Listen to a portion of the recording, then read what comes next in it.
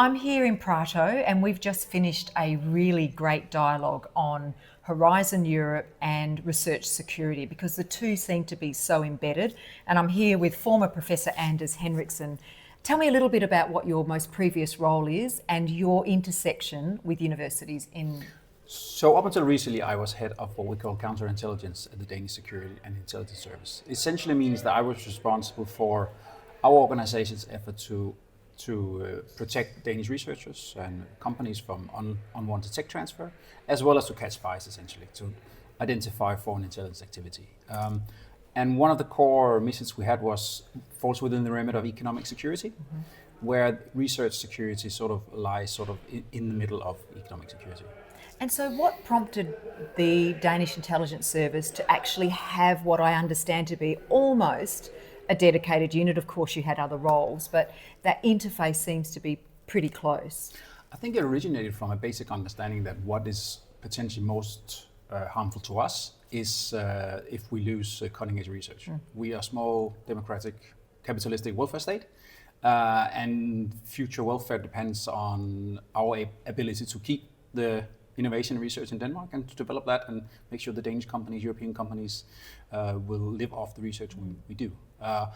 Unfortunately, we can see that the Chinese are very focused, the Chinese in particular are very focused on Danish research. So it basically stems from a threat assessment that where is Denmark most vulnerable? And one of the areas is actually when it comes to research security. We have a lot of other vulnerabilities, vis-a-vis the Russians, etc.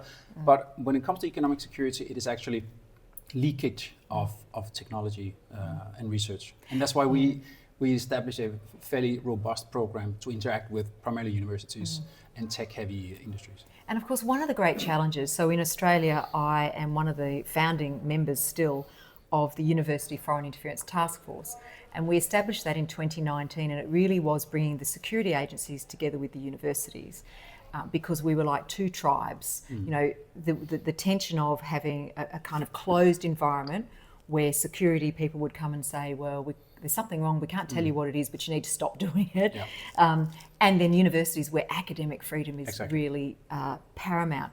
How do you walk that fine line? Because there will always be leakage, unfortunately, because it's very iterative, and threat actors change their ways and they're becoming far more sophisticated, as you would know better than others. And so walking that fine line between academic openness and knowing what is happening on the other side of the fence. So I think there's a couple of answers to that. and by the way, we're never going to be there. There's always going to be tech leakage. I think it took us some time. I think one of the best things we did was simply just to hire ex-researchers. Right? So you hiring ex-researchers? We established a separate unit, and we had a lot of PhDs. I hired a former colleague of mine. She was running it, used to be a professor of political science. So her and her staff would know the incentive structure. We know what university is like because we've been there. And that has created a massive difference, because traditionally being a security service is usually very police, it's very classical investigations, and that is a totally different language from universities. So we basically established a new unit, changed the composition of it, set a professor to lead it, and hired a lot of PhDs. And then we decided not to do a very sort of forward-leaning, tough investigatory approach. We did a lot of strategies to establish some trust, because it's the sector where this is primarily an issue for the sector, and the sector is big. It's really hard to manage university.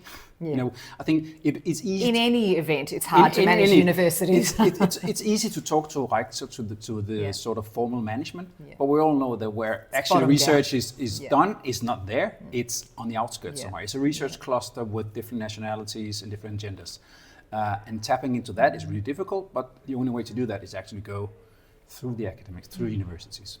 This is a really interesting model, because whilst we have and I've talked about this, we have a Defence and Security Committee, our universities have ex-military, defence, intelligence staff on their payroll.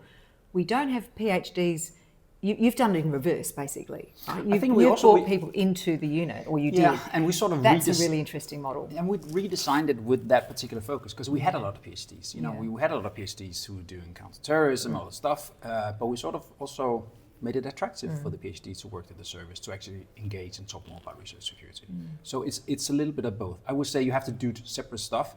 It's not as if you don't need the former intelligence, or because it's also there are also investigations. There's also something about limiting laboratory access, etc. But to really understand and sort of, in my experience at least, to win the trust of the universities, you need to be able to understand their everyday workings. Sure. And academics are, high level. Very focused, and they also tend to respect other people who have PhDs. That's the way it also goes, right? Yeah. So I think in that sense, it's been quite successful. So the question I often ask people, and you're just fresh out of the services, is, and we've had a conversation today about, Australia and our linkages with China, at least in terms of trade, and we all are exposed to China in different ways. What keeps you awake at night in this space? What is the thing that you think, my goodness? Nothing keeps me awake. But from a small northern European country, of course, it's the Russians, right? But the Russians is a different kind of threat. It is very physical. It's it's the concern is an escalation from Russia to force everybody to not assist the Ukrainians. But I do still think that if we keep the Russians at bay, which we all hope, in the long run, we would say the biggest threat to us is that we lose our technology. We have very good researchers. Our technical university is very good. STU is very good. We cannot simply as a society afford to lose the research. And that is why research security is so important to us. And really, that is why I would assume having like-minded partners like Australia at the table is a really important asset to your own security as well as us. Exactly, and I think in old times, our allies and our partners would always be European, because that's the traditional way the services have functioned, the states have functioned. In this day and age, when everything so much revolves around particular technologies, our closest partners are not necessarily Eastern European countries. It's Australians, it's Koreans, it's Japanese, it's Canada, right? So it's about establishing new forms of partnerships and also assisting universities in actually navigating those geopolitical risks, right? So who can they engage with? When is something a trusted partnership? What will it take for something to be trusted? I would advise that you not only look at the particular university, but also look at the surrounding. What are their conception of research security, right? Because you have to rely on them as well. So you would need to ensure that they have sort of the same understanding of what is worth protecting, how you navigate these particular risks. And I think that's a great point to end it on, about protect that which must be protected.